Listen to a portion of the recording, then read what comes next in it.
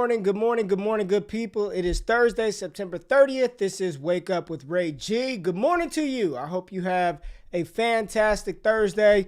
Make it awesome, make it great. Jay, how you feeling this morning? We got Thursday night football. How are you today, man? I'm good, bro. I'm good. Happy to be here. It's funny because I was getting ready for the show and I realized the whole time I was actually listening through my computer. And so bro, it was probably the last 30 seconds. I see your face pop up. You're doing the little salute to the people. And I finally get the audio switched over. I was like, oh, damn, like just in Oh, time, you just in you had time. that But you had your mic through your mic was through the computer, or you were just your no, audio like was coming my through. my audio, my audio to listen, right, was through Oh, the computer. But I have AirPods in. Just with these Apple devices, that sometimes they tell yeah. you it's synced, it's not synced. You trick yourself. But we're here, we're ready to go. The show must go on. Yeah. Always 8 a.m. Must to go 9 on. a.m. Wake up with Yeah, Ray yeah, G. We yeah. here. Man, what the hell? There was like nothing happening yesterday news wise. Rashad Bateman, we saw some practice clips of him coming off of IR. Ben Simmons still tripping with the Sixers. What else is happening, man? Is there any notable things going on in the sports news world? In the news, not really. One of the biggest stories from yesterday was honestly Bo Bichette hitting 2 home runs for the Blue Jays to beat the Yankees. There's a big wild card race in the AL right now, and Bo Bichette clutch, eighth inning. I believe there was one or two outs. It was a tie ball game. The Yankees came back from being down, I believe, 5-1 or 5-2, and Bo Bichette walks up eighth inning, hits a home run, his second home run of the game, opposite field off a 95-mile-per-hour sinker.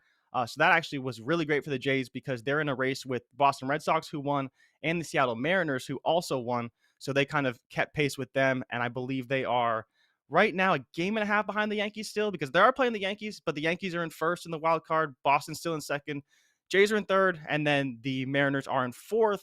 The Mariners actually eliminated the A's from the playoffs right now. So it's between the Red Sox, the Yankees, the Jays, and the Mariners with 4 games to play for those final 2 wildcard spots.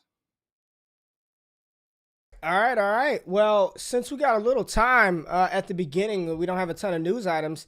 Just want your opinions on your dynasty leagues.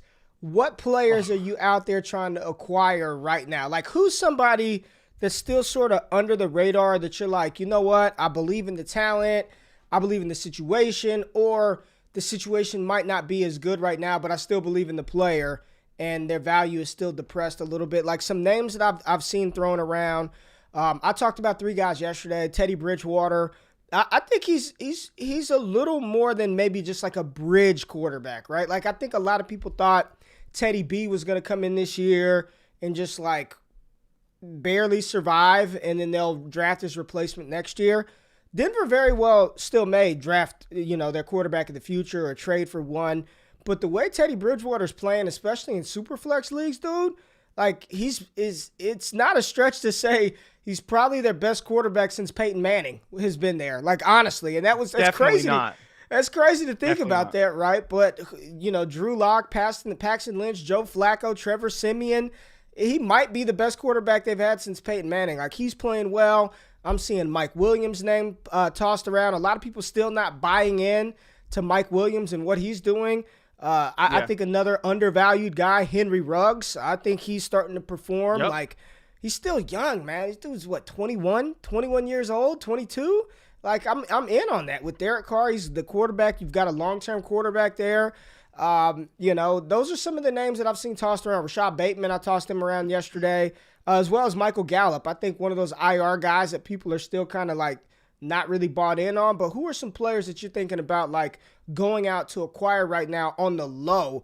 Oh, two other ones. Stone said a good one. Van Jefferson. And I also think Michael Pittman Jr. from Indianapolis is another under the radar dynasty, younger wide receiver, talented buy right now. Who are some guys you're looking to acquire right now? So yeah, I'm curious about Pittman because I think now to this point, he's started to actually had a couple good games in a row. But I don't want to spoil the rest of the show. But one of the guys who I would be actually heavily going after right now is actually Jaylen Waddle. Jaylen Waddle has quietly had a pretty good start to his rookie campaign. Everyone's touting Jamar Chase, everyone's touting Devontae Smith, but Jaylen Waddle was still the sixth overall pick, I believe, something right there. Very very high pick, super super Yep. fast. But what happened is that he's getting the targets in an offense that I thought was going to be a little bit saturated. They have Will Fuller there. They have Devontae Parker there. Mike Gesicki had a great game last week. But for people who don't know, I believe he had 13 targets last week with Jacoby Brissett at the helm. That is not something I expected to see from Waddle. While, we heard reports that he may be a PPR type of guy, we always expect him to be more of a deep threat, stretching the field, running the deeper routes. He can still run great routes. He can still get open, but you don't expect him to be that lower A-dot kind of guy. Last week, his A-dot was like 4 yards or something.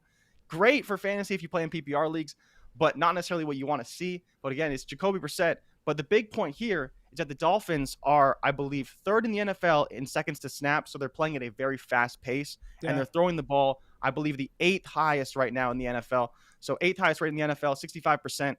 Those are all great things. And for a wide receiver who's went 6th overall, he's going to be getting more and more involved in that offense. And to see him already have over 20 targets in that offense, that's great to see. Through only 3 weeks, you can't expect much more. And I believe he's already on pace for over 100 if this continues.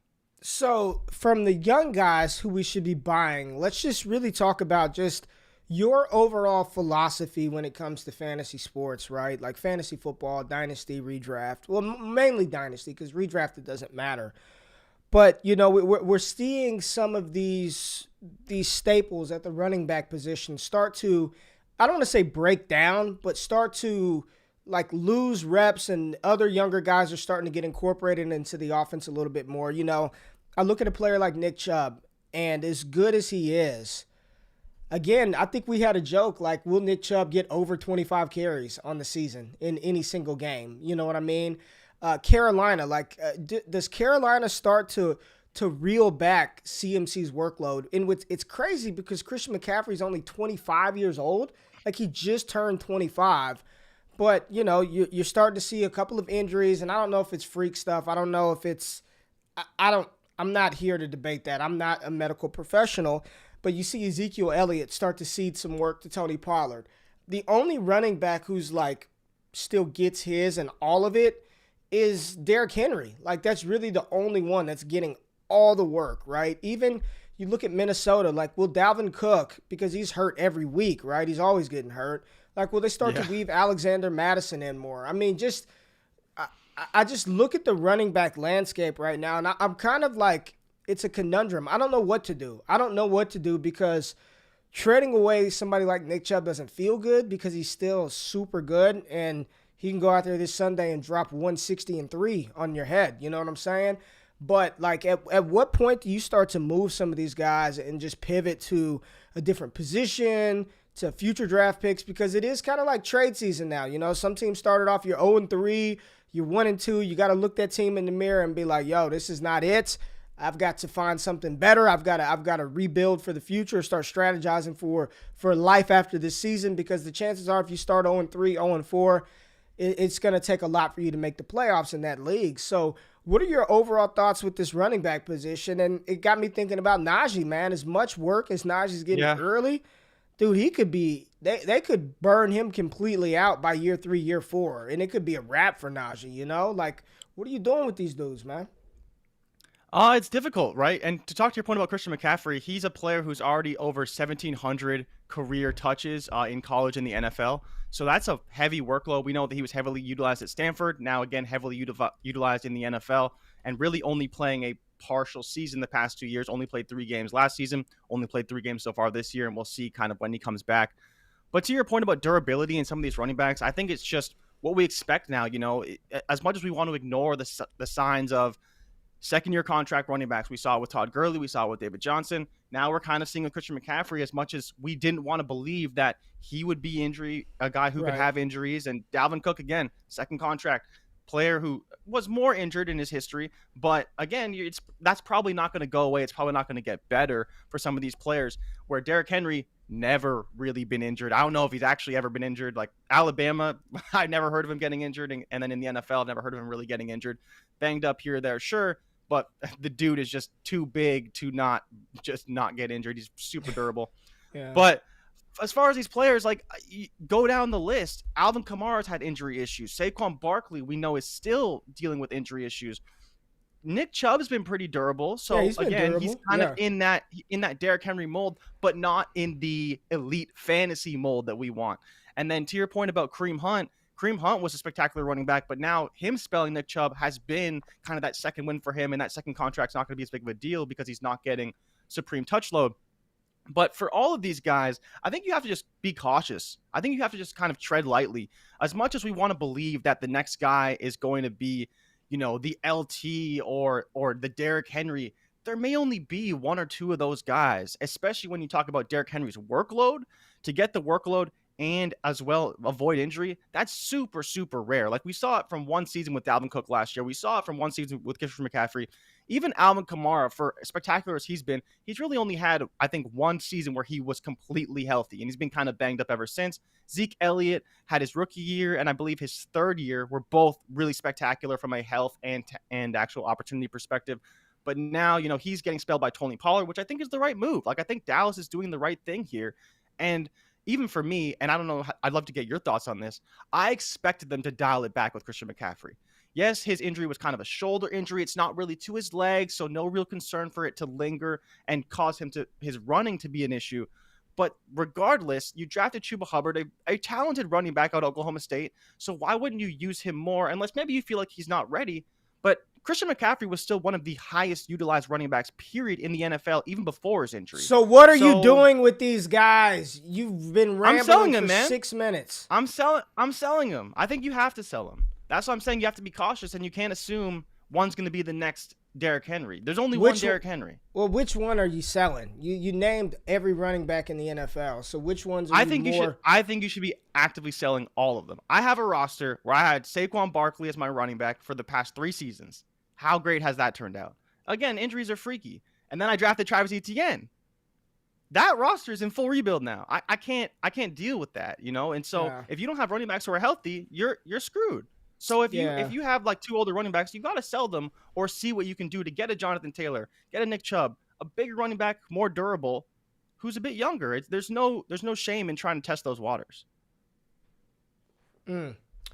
Interesting. I don't know, man. I'm starting to get to that territory where I'm just like, I'll just take one and then I'll piecemeal running back. Like I want a roster with good quarterbacks, especially those of us that play in super flex leagues. I want a bunch of good quarterbacks. And honestly, after that, I just want a load up at wide receiver and tight end. I'll figure out running back later. Like I'm just fine rolling out there with Kenny Gainwell if my wide receivers are Jefferson, Lamb, you know what I'm saying? Cooper Kupp. Like I'll make it work. Like unless I have one of the Kings, then it doesn't really matter. Like I'd go out and buy Zeke right now for as low as he's going for. So just interesting thought, just thinking about those positions and what people are doing with them. But we got to get into the games, bro. We got to get into the games. So let's jump into what is this segment? Beat the Rush. Beat the Rush. Let's go. Wake up. This is Beat the Rush. Get out of the way, jackass! All right, so the first game that we're going to take a look at, we're looking at Washington, the football team versus the Falcons this week. Washington favored by 1.5 over Atlanta. We've kind of talked about this one, Jay, back and forth, and I think even when we were looking at building a parlay ticket, you were kind of in on the Atlanta side of this one. They played much better last week, got a dub versus not a very good football team in the Giants, but Washington, man, they got smacked by the Bills last week. Where are you at with this game, man? This week, I'm just gonna say this week, the slate of games, there are a couple of them. We started to build out that parlay, and then by the end of it, I had like 4 legs, right? I was like, I don't feel confident in this one. I don't feel where are you at with this Washington-Atlanta game? It's funny because I did a lot of research for this game, mainly because I know that they're 2 bad teams. They both allow over 30 points per game, but they both don't score. So it's like, which way is this game going to break? Is it going to be the bad defenses prevail, or is it going to be the bad offenses prevail? And how does it kind of meet in the middle? So I was looking at this over-under 47.5 points, and like, okay, both these teams allow over 30 points. Both these teams can put up points, but they haven't really.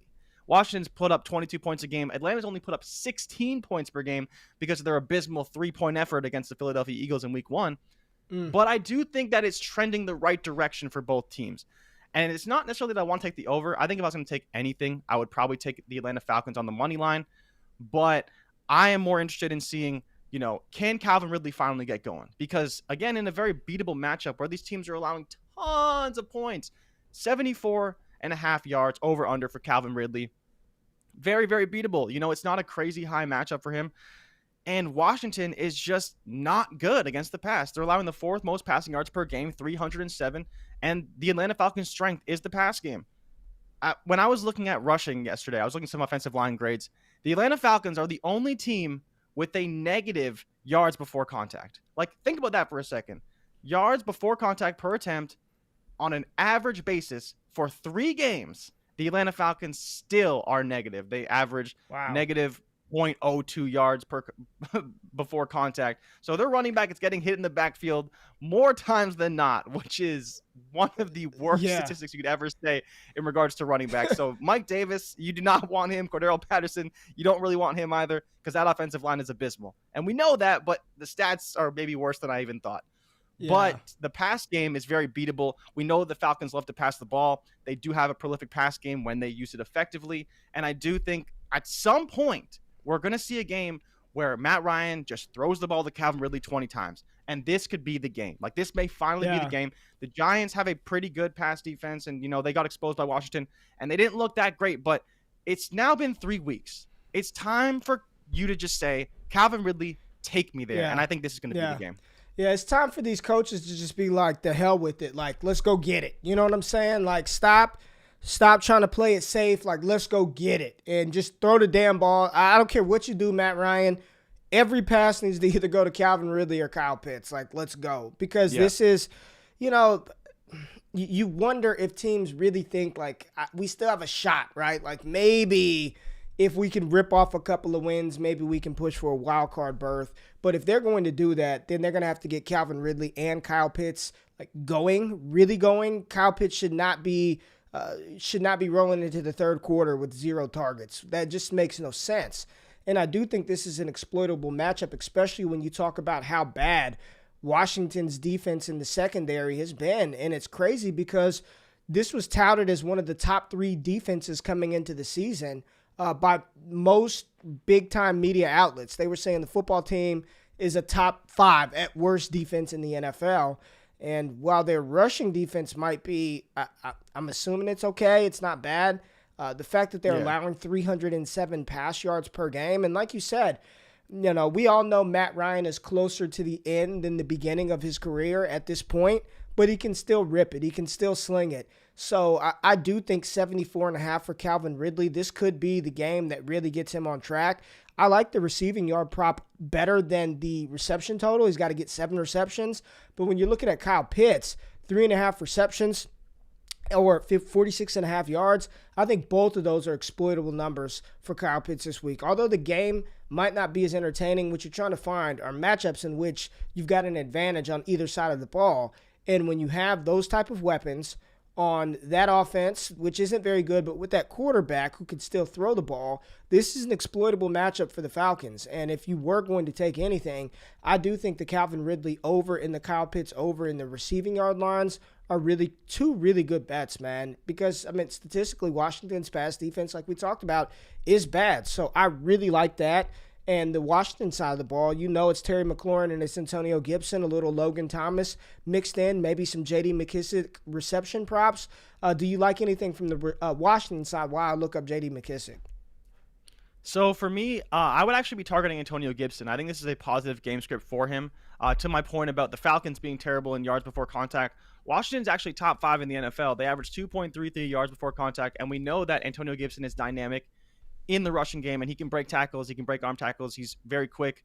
And so that's another reason why at 66.5 rushing yards, I think that's a very beatable number for him. We saw him last week take a screen to the house, and I looked at maybe doing the receiving yards because it's only 15.5, but I'm just not confident in the volume to where I want to do that.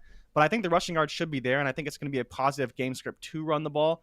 While they can pass the ball to Terry McLaurin, while they can throw it to Logan Thomas, I think that they should just stay with the ground game. Maybe they do a little bit of read option with Taylor Heineke. I think that's going to be the best way for them to win because that offensive line is playing well, and we know the defensive line for the Falcons is nothing to be scared of. So I think that Antonio Gibson can hit a 66.5 rushing yard over-under pretty easily. Are you disappointed in Antonio Gibson so far in fantasy? I think a lot of people were billing him to be, top 5 back, top 3 upside. Are you a little disappointed with his usage in the receiving game or just his play in fantasy in general? I don't know how much Gibson you have across the board. I'm a little disappointed, but I think the main reason why is touchdowns. It's not necessarily his usage. He's been good as far as his usage. He's been getting the yardage. He's just not scoring touchdowns. But certain people are frustrated with the receiving game, and I believe it was Scott Barrett who pointed it out. It's not that he's not in on third downs. It's that he's not in on 2-minute drills. So I will give Scott Barrett credit for that. I don't remember exactly what the stat was, but I believe that J.D. McKissic has like 5 carries and 6 targets on 2-minute drills, and Antonio Gibson has none, which is just not great. If you want a player who's going to get a lot of usage, being in on that 2-minute drill is important because it's a lot of plays, it's quick, and you're not coming off the field. If McKissic is taking all those reps, that's scoring opportunities that aren't going to be there and extra targets out of the backfield that McKissic's going to get over Gibson. So that's one thing I noticed on the Twitter timeline. McKissic's receiving yard total line this week is over 17.5. Yeah, that's not bad. It's I don't beatable, know right? I don't know how much work he got last week. I'm not gonna lie to you. I saw the Bills were blasting the hell out of him. So I don't. What's up, Jordan from Germany? I don't know how much work JD got in that game. So for me, it's honestly Kyle Pitts, it's Calvin Ridley. Those are the two that I still have faith in. And it's funny because a lot of people going into the season said that. I was talking to my man Mike, old McNutted from the Patreon, from the Discord. And he was talking about the fact that, going into the season, like there would never be a buy low point for Kyle Pitts. Like people were like you're not going to get him any lower than, the 102 in drafts. I think there's an opportunity to go out and acquire Kyle Pitts right now. And I'm not going to say it's low, like you could get him for the low, but I'm still a big believer in his talent. Did you see the quote about Matt Ryan, what he said about Kyle Pitts? Basically, no. He was basically saying, like, they prep for him like they used to prep for Julio Jones. Like, the defenses are, even as a rookie, their whole goal is, shade coverage over the top, man them up underneath, bump them, chip them off of the line. Like, he's like, they're not, a lot of people expected Calvin Ridley to kind of slide into that Julio role. And he said defenses are not prepping, like, for Calvin Ridley the way they did Julio Jones. They've shifted their attention to Kyle Pitts, which just demonstrates how good he is.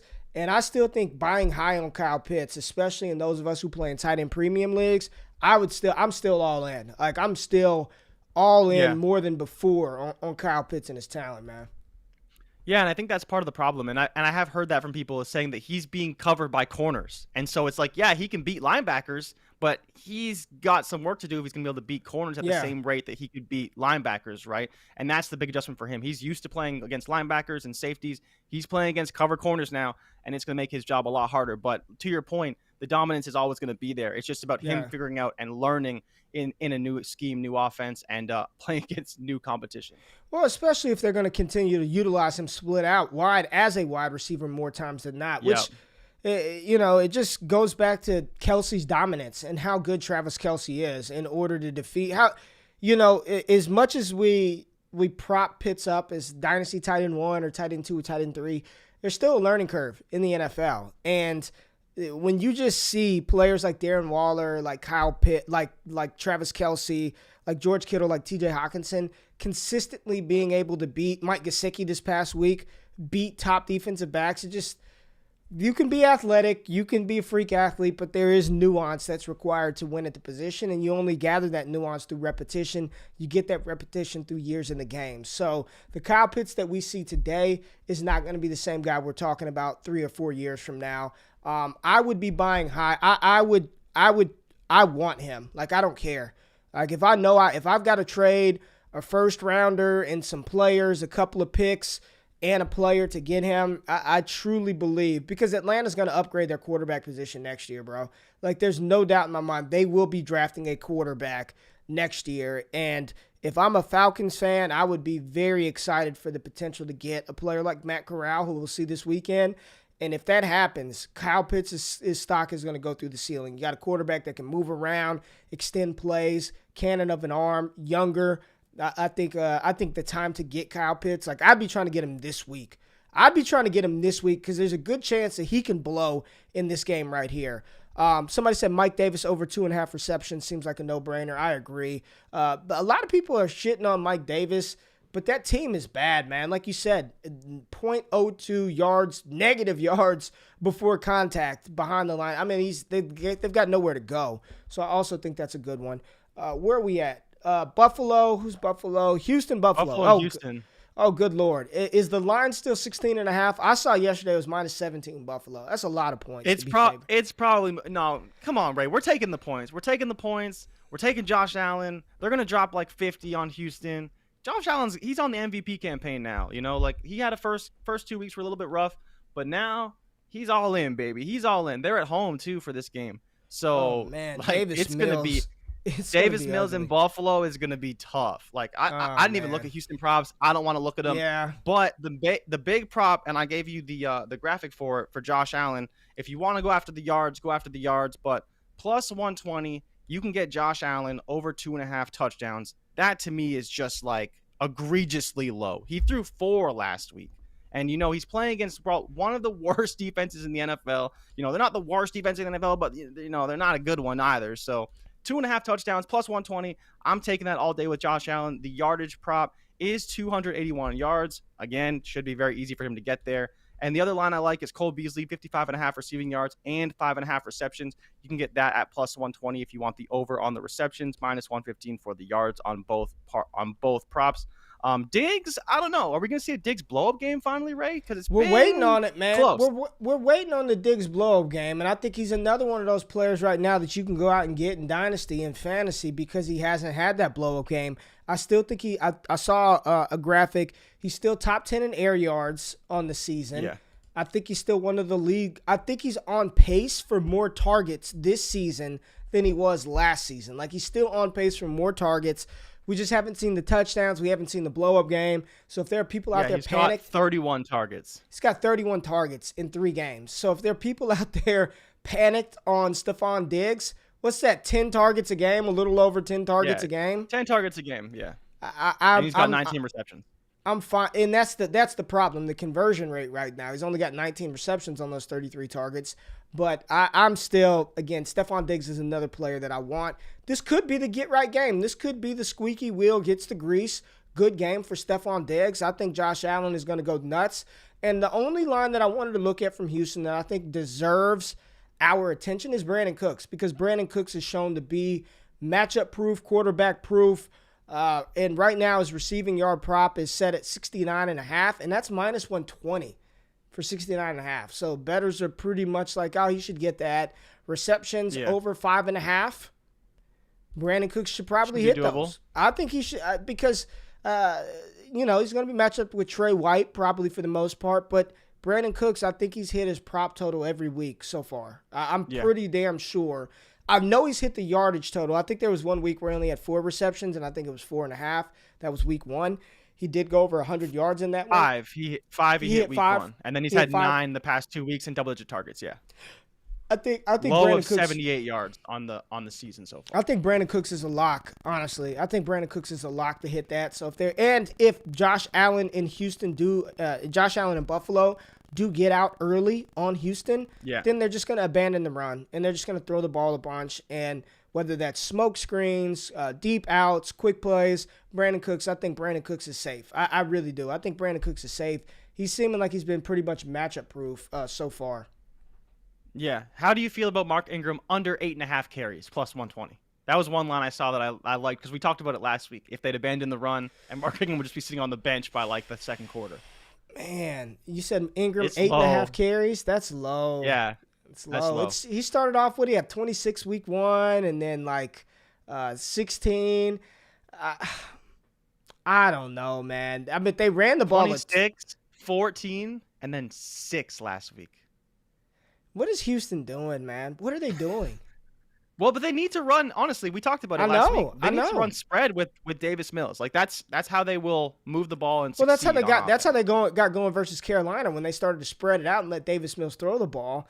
We're just looking for matchups here. I'm just gonna stay away from Ingram. Yes, he very well could get over 8 carries, 9 carries. I believe so. I'm just not touching it. You know what I mean? Like I'm not touching it. Honestly, I have no conviction. The only player that I have conviction for that I would put my money where my mouth is and would tell people that's a solid bet would probably be Brandon Cooks. That's it. From the Houston side of it. Like I'm not gonna play that. Oh, maybe game. He should. Yeah, no. Yeah. Brandon Cooks is like the only player from Houston that I feel confident in. So, Yeah. where we at? Next game, Detroit, Chicago. Chicago. Oh boy, Matt Nagy. Does Matt Nagy get fired after this game? Because I think Detroit's gonna win. The fact that Chicago's favored by 3 just is kind of weird to me. Egregious. I think we all expect Justin Fields to start, right? Yeah. Really? Right? You think he's not going to start? Yeah, I mean, I think he's going to start for sure. He should but start. He should start, but I don't know if that's come out yet or not. Has it? I kind Is of that- hope he starts because I want the Detroit money line and I want the spread. Well, has that been public? Because Matt Nagy was talking about 3 different damn quarterbacks. Do we know that Justin Fields is going to play? Literally, I'm asking a legitimate question. I don't know for sure. I'll look it up to see if I can see anything, but it's still only Thursday, so who knows? Yeah, But I'm with you. I love the Detroit money line. It's what like plus 129, and you can get 3 points on the spread. Come on, man. Yeah. Detroit is way better than people think they are. And the only hiccup is it's Jared Goff on the road, which is kind of the one situation where you're like, we don't love Jared Goff on the road. But it's not December right now in Soldier Field. It's still September, or I guess it'll be October by the time Sunday rolls around. So I don't hate it. The weather should be fine. It'll be a little bit mild.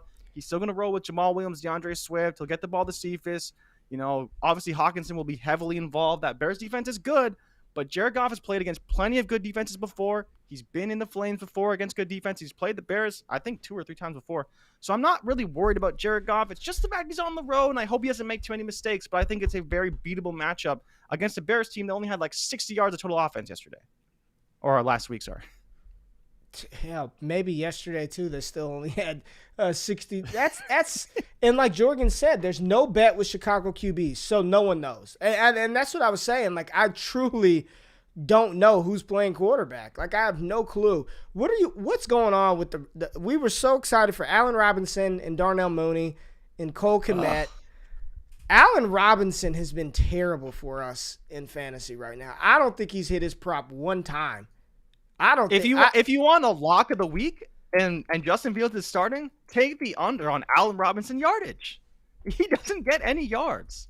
Like he may get a few receptions every now and then, but Allen Robinson is getting absolutely no yards. His total is 50.5. His highest for the season is 35. I on know 6 receptions. That's what I said. He's only had 2 receptions the past 2 weeks. What's 2 Mooney? receptions Look up each of the Mooney. past 2 weeks. Look up Mooney, man. Mooney's yardage or his prop? Just Mooney's yardage. Go to his stats. I just want to know what Mooney's done this season because I pumped Mooney up. I'm 8 excited. of 6. So he's had 7 targets week 1, 26 yards. 8 targets week 2, 66 yards. How many do you think he had last week? He had 4 targets. He caught 1 pass. I know everybody wants Justin Fields to play, but I kind of want He had Andy 9 Dalton. yards, man. He had 9 yards. I kind of want Andy So you Dalton think to about it- get in there and just get the ball out quick. Bro, I don't know. I don't I'm know. telling you, Jorgen, you take the under. Like, just whatever you can. If honestly, and I mean this wholeheartedly, if Justin Fields plays, I love Justin Fields. I think he's going to be a great quarterback. If you take Cole Kmet, Allen Robinson, Darnell Mooney, David Montgomery, like the entire offense skill position, if you take all the unders, I would almost guarantee you would profit. Like, I would almost guarantee you'd profit. Because how they just, unless Justin Fields becomes an exceptional quarterback overnight, like in a week, I just don't know how it's going to get much better for him. He may run the ball a lot, which is why I want to stay away from his props, because he may move the ball. I like him to run the ball, man. I like that. I like Justin Fields to run the ball. But for a player who I believe has been sacked 6 times when holding the ball for 4.5 or more seconds and only 1.5 starts, took 9 sacks last week against the Browns, Again, the Browns are good. Like, I'm not trying to take anything away from the Yeah, Browns. they're good, but man. 9 sacks is a lot. Like, Yeah. that's a lot no matter how good or bad a defense is that you're playing. That's a lot. So he could easily get sacked 4 or 5 times against the Lions just for holding the ball too long. The Lions defense, though, man, it's not Cleveland. It's not Cleveland. You don't have Myles Garrett and Jadeveon Clowney coming off the edge. You don't have Ronnie Harrison and Denzel Ward in the secondary. You don't have Jeremiah Owusu-Koramoah at linebacker. Dude, that dude is going to be good. We keep talking about Micah Parsons. There's some good young rookie linebackers in the league, and Jeremiah is like one of my favorite. His closing speed, his explosiveness, that kid is good. I think I got a future on him for defensive rookie of the year. Doubt he gets it, but yeah, man. Fields over under 2.5 times Fields gets sacked is -250. Like, I love him too, man. I love him too. Unless he runs like crazy, it's gonna be tough. But again, if he runs, that's gonna be bad for the pass catchers.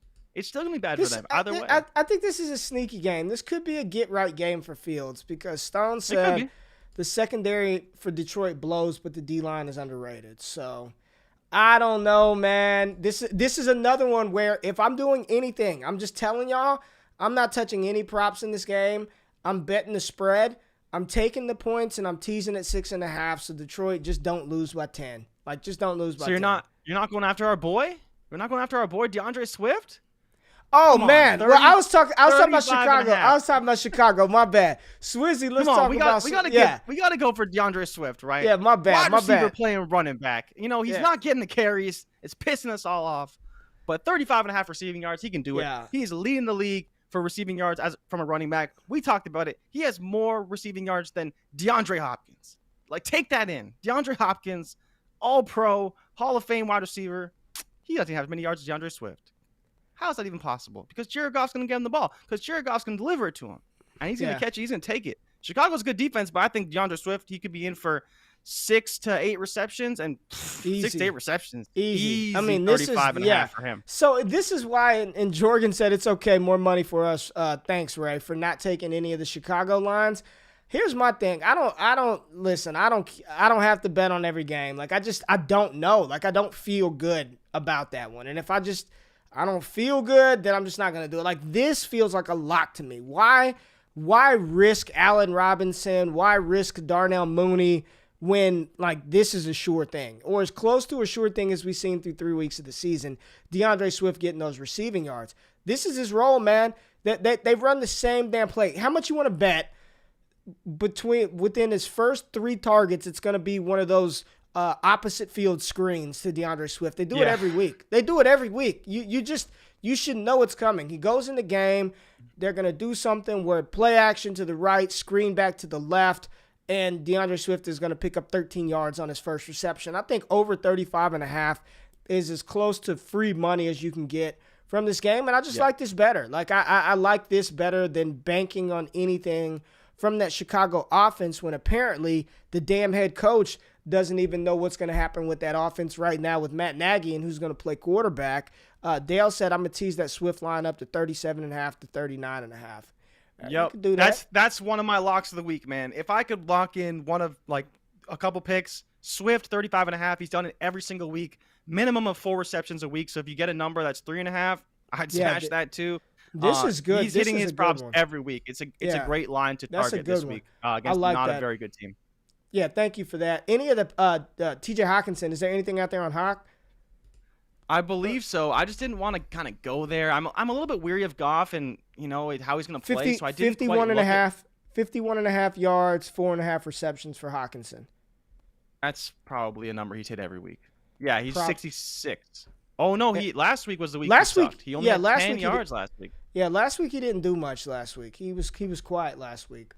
Baltimore he was probably covered by Humphrey. I haven't watched that game fully Patrick Queen. I mean, that's a good defense. Yeah, it's good players in that defense. All right, let's go Carolina, Dallas. Carolina Panthers without Christian. No, it's not the game of the week. No Christian McCaffrey. We've got Sam Darnold going into Dallas. Dallas is favored by 4.5 with an over or under 50.5 points. Dallas Cowboys rolling in off of that Monday Night Football, the dredging of the Philadelphia Eagles. Seems like the defense is clicking. The offense is starting to get its groove. Kellen Moore, man. Let's just talk about Kellen Moore right now. The way that he's dialing up plays, I'm starting to see his name tossed around as a head coaching candidate. I don't want to see that happen, but can you imagine Kellen Moore with the Justin Fields? You know what I mean? Kellen Moore with one of these young quarterbacks. That would be a phenomenal spot for him to end up in calling plays for Fields. You see what he's done for Dak Prescott and how much Dak Prescott has loved him. And when you see wholesale coaching changes at the head coach position and the quarterback's like, I don't care who you bring in, that guy still needs to call the plays, and the owner signs off on it, that's how you know that those two have chemistry. I'm loving what Kellen Moore is laying down right now. So I'd love to see Kellen Moore get paired up with Justin Fields. I think that would be awesome. But this game, Dallas versus Carolina, two of the top 5 run defenses in the NFL. So it's probably going to be a pass-happy game. The offensive line for which team is this? Go ahead. This is Dallas' offensive line. So Dallas' offensive line is number 1 in yards before contact at 4.16 yards. Wow. So that's contributing. Say that one more time. Say that one more time so people can hear that. No, it's a good stat. It's a good offensive stat. line is averaging 4.16 yards before contact per attempt. The next highest offensive line is the Chiefs at 2.71. So the Dallas Cowboys are averaging almost a yard and a half before contact per attempt in their running game. So that's contributing to the success of Ezekiel Elliott and Tony Pollard. Now, Tony Pollard is more explosive. He's averaging 2.93 yards after contact per attempt, and Zeke is still at a moderate 2.55. So you think about, you stack those two numbers together, Tony Pollard's averaging like 6.8 yards per carry, and it's because, 4 yards before contact and another 3 after contact. Yeah. That's going to get you to about that 7 yards per carry. Yeah. So it's just interesting to see. But again, they're still playing against the number 1 rush defense in the NFL. So how is that going to kind of play out? And what are the props that we like? This is one of those games that I think it could go either way. I think you may see Dallas run the ball with success and maybe have to abandon kind of mid-game. Or maybe they do just find full success the whole game, push that line back all day. But, Derek Brown's still there. He's still going to be stopping the run. He's still going to be doing his thing. But I'm kind of curious what your thoughts are. Cowboys fan really tapped into the I almost said the D-Town market. Yeah, don't call it D-Town. Just the Dallas market. But one of the props I really like is DJ Moore, over 76.5 receiving yards and 5.5 receptions. Even though he's going to be lined up with Trayvon Diggs, who is kind of the new hotness. I know our boy Elliot Chris put in a prop for him to win Defensive Player of the Year. I'm not buying it yet. I still believe in DJ Moore. And DJ Moore was getting hyper targeted last week. I believe he had like 13 targets. I'm all in on DJ Moore's props this week. I'm staying in the flames with him. He's one of the guys I really, really like, even against a talented corner, who is ascending in his second year. I think DJ Moore is going to put the work on Trayvon Diggs. So this is going to be where the rubber meets the road, because Dallas has played much stiffer competition to this point with the Chargers and the Buccaneers than Carolina. Carolina played the Jets and the Texans. You know what I mean? They had that game versus New Orleans, but Jets, Texans, New Orleans. I love Ezekiel Elliott over 2.5 receptions. I love it. I love it. And you can get minus 105 on that right now. Like, that's not bad pricing for Zeke over 2.5 receptions. I also like the carry total. You can get him over 15.5 carries. I think that's a pretty sound bet. No lines for Tony Pollard right now. And then Zeke over under 61.5 rushing yards.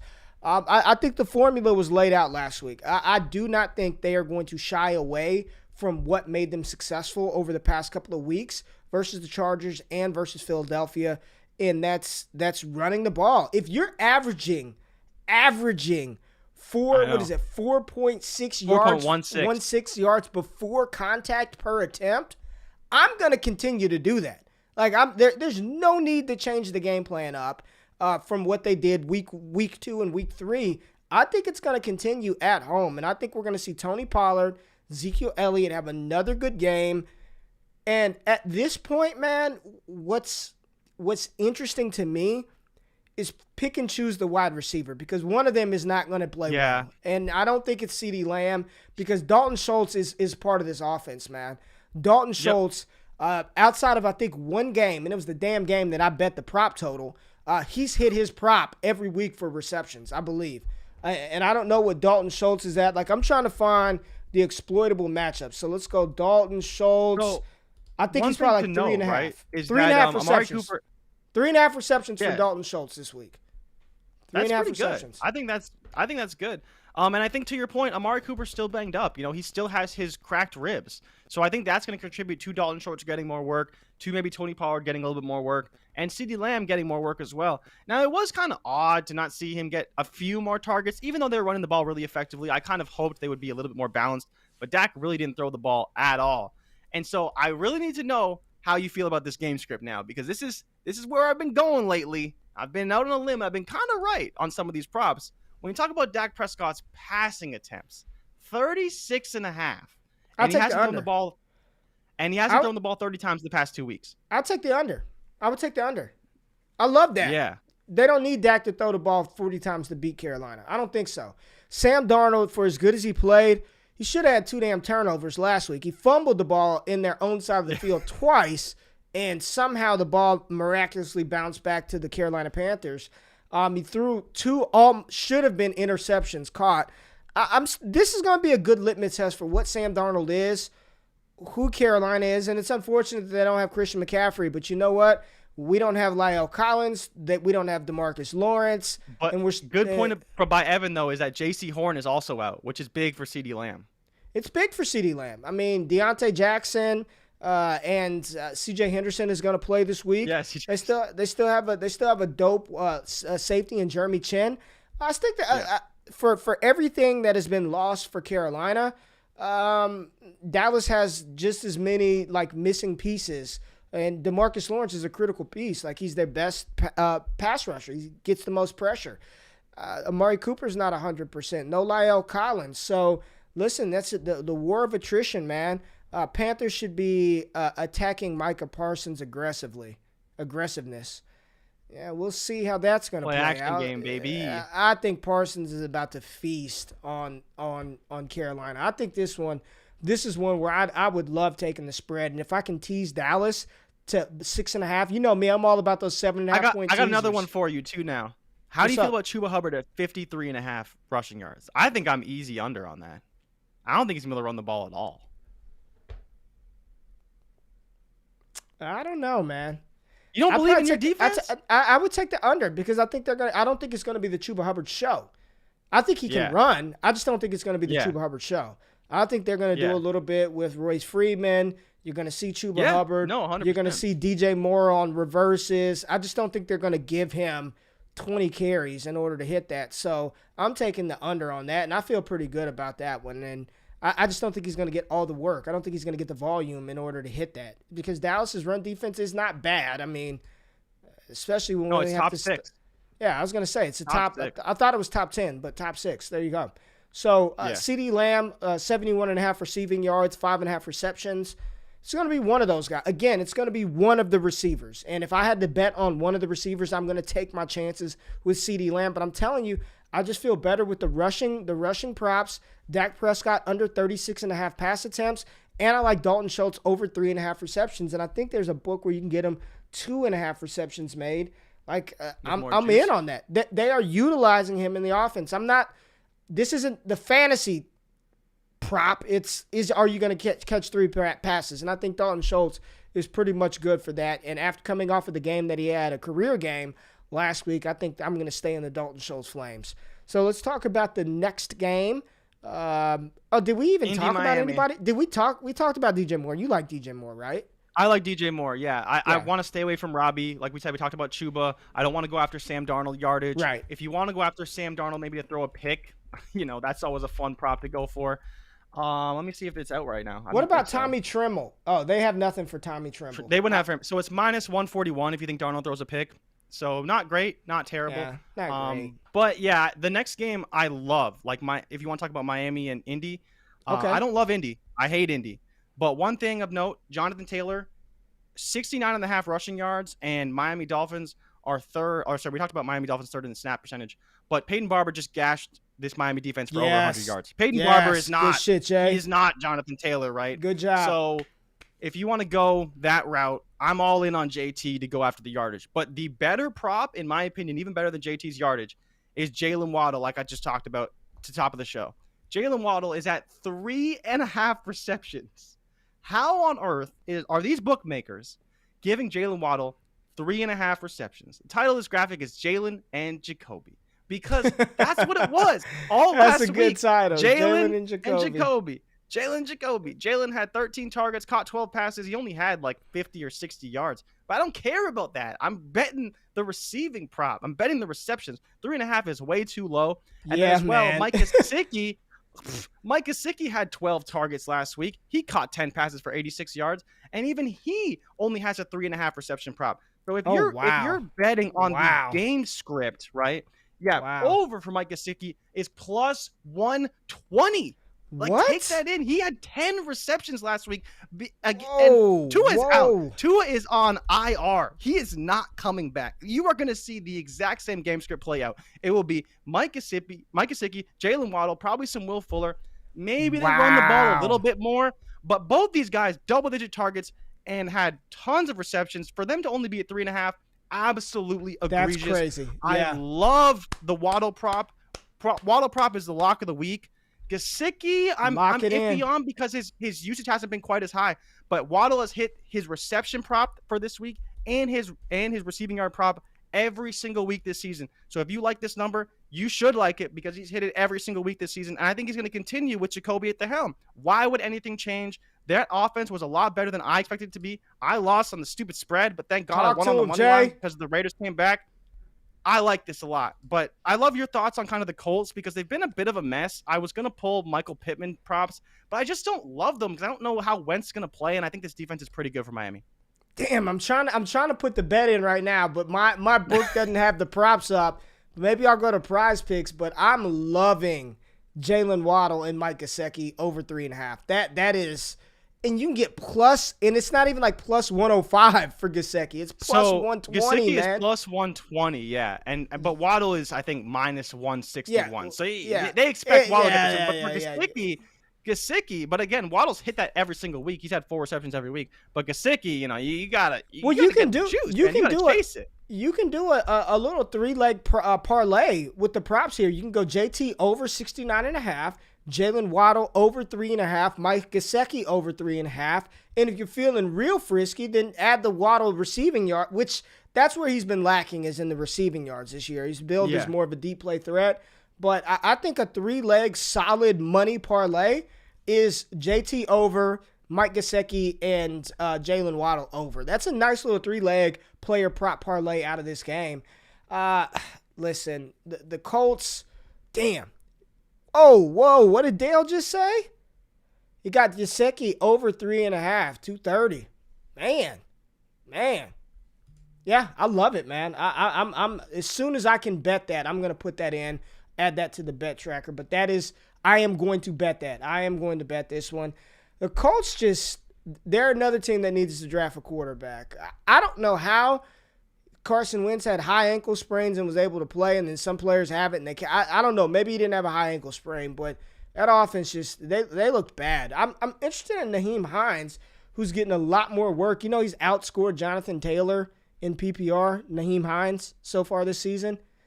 It's just crazy, man. You're muted. I can't hear you. You're muted. 23.5 rushing yards and 23.5. You got to unmute yourself before you talk. I know. Get your shit together. I know. What did you say? 23.5 for rushing and receiving. Both. Those are the yardage props. I mean, they're not bad. That's not bad either for Hines. 23.5. That's where's he at this season? Is that a number that he's hit? Nyheim Hines. He's hit it in 2 or 3 games on the ground and 2 or 3 games through the air. Huh. The only game he didn't hit it was the game against the Rams when he didn't do anything. Man, he didn't do anything against the Rams. 5 receptions. The other 2 games he was fine. Yeah, 5 receptions versus the Titans, 6 receptions versus the Seahawks. And he's at 3.5 for his receptions, and you can get plus 130 on 3.5. I think this is probably a good matchup to get some good props out of this one and win some money. I like this game. I like this game a lot. I think I'm gonna touch this as soon as I'm able to throw some stuff in there. What's up with, you said JT's got a knee injury? Yeah, he was dealing with a little bit of soreness, and so he had a limited practice in on Wednesday. I don't think there's a whole lot about, like, I don't think there's a whole lot we're worried about. Like I said, just limited practice, probably a little bit banged up, but I think he's going to be okay. If he didn't practice yesterday, again, it still would have been more of just a maintenance day anyways, but to see him get even limited work, he's trending in the right direction. He'll probably play. So I would just monitor that, but he should be fine to play. One game I wanted to hit before we finish off, curious your thoughts, but I just wanted to quickly touch on the Giants in New Orleans. There's not a whole lot to talk about. Like, I don't love Saquon Barkley's prop against the New Orleans Saints unless you want to take the under. They're not out right now because he's been banged up and we don't really know his status going into the game. Saints are -8, over under a 43. I would probably take the under. The Saints are one of the slowest teams in terms of pace of play in the NFL right now, and they run the ball at the highest rate in the NFL at 57%, which is insane because, you think it'd be the 49ers, you think it'd be the Ravens, you think it'd be the Cleveland Browns, but it's not. It's the Saints. And I was looking for Alvin Kamara rushing attempt props, and there's none out right now. But one I do like is Marquez Callaway over 40 yards, 39.5. I think the Giants are very beatable through the air. And so that's one I was looking at, and I think could be a way that they could exploit that defense. I'm just not expecting much from the Giants. They only put up 16 points on the Falcons, so they're probably not going to put up more than that on the New Orleans Saints, who actually have a competent defense. So, again, it's just kind of a weird game I don't really love. The money lines are super split, -385 for the Saints, +306 for the Giants. I just don't think the Giants have any shot in this game. Maybe you want to go after the under, but I'd maybe target a couple player props, but it's one I'm going to be mostly staying away from this week. Well, it's about time they realized that they should throw the ball to Marquez Callaway. I mean, 4 for 41 last week, 1 touchdown, long of 13 yards. He exceeded his season total receptions in that one game because he only had 1 and 2. 1 in week 1, 2 in week 2, 4 in week 3. I guess, man. I mean, he should be. He's the best pass-catching weapon that they have outside of Alvin Kamara. It's just, what Jameis Winston are you going to get? You know what I mean? Like, YOLO Winston. What Winston are you going to – and he did throw – I think that pass to Callaway was YOLO. Like, just – YOLO Winston was at his finest, man. It wasn't even being tackled, thrown. It was like a fade away. And Callaway had to jump up to go get that thing too. So, yeah. I don't know, man. But you said nothing for Kamara, so maybe we'll touch back on this one tomorrow. I know we skipped over Minnesota-Cleveland, but I want to spend a little more time diving into that tomorrow. So we'll get through Minnesota-Cleveland tomorrow, and then we'll take a look at the rest of the slate, starting with Tennessee and the Jets. Hammer whatever Derrick Henry's line is. Kansas City, Philly, hammer the overs in that game because I think that has potential to shoot out. Then the Rams and the Cardinals, another good matchup. Seattle, San Francisco, Baltimore, Denver. Some really good games on the slate. And then the big kahuna, Tampa Bay, New England on Sunday Night Football is going to be a fun one. And it's funny, Evan, he said we should touch on the Iowa game tomorrow. I asked some of the squad members last night, is Iowa for real? And I keep hearing about this Sam Laporta kid that plays tight end for Iowa, supposedly the next kind of George Kittle clone. So I got to check out some Sam Laporta. I'm hearing that they're not very good, even though they're ranked 5th in the country. But we'll tap into Iowa. We'll tap because this weekend is just a great weekend of football, man. Big games on Saturday, big games on Sunday. We got the game tonight. Jamar Chase is going to go off tonight. I think he and Mixon are going to feast. Book it. And I think James Robinson is going to have a good game tonight. I don't know if I'm going to bet anything in this game, just being honest with you. I'm still kind of in on the under for James Robinson. It was like 53.5 or something. 52.5, and you said the under. I'm going to take the over. I'm going to take the over on James. I'm a James Robinson. I just love him. I think he's a good running back, and they're going to have to run the ball. But it should be a fun game tonight, but we'll definitely touch on the rest of the NFL. Some of the NFL games tomorrow. Revisit some of the college games, see if any lines have changed, and we'll see how it goes, man. But we appreciate y'all tapping in each and every day, and we'll be here tomorrow to holler at y'all. We out of this thing. Peace.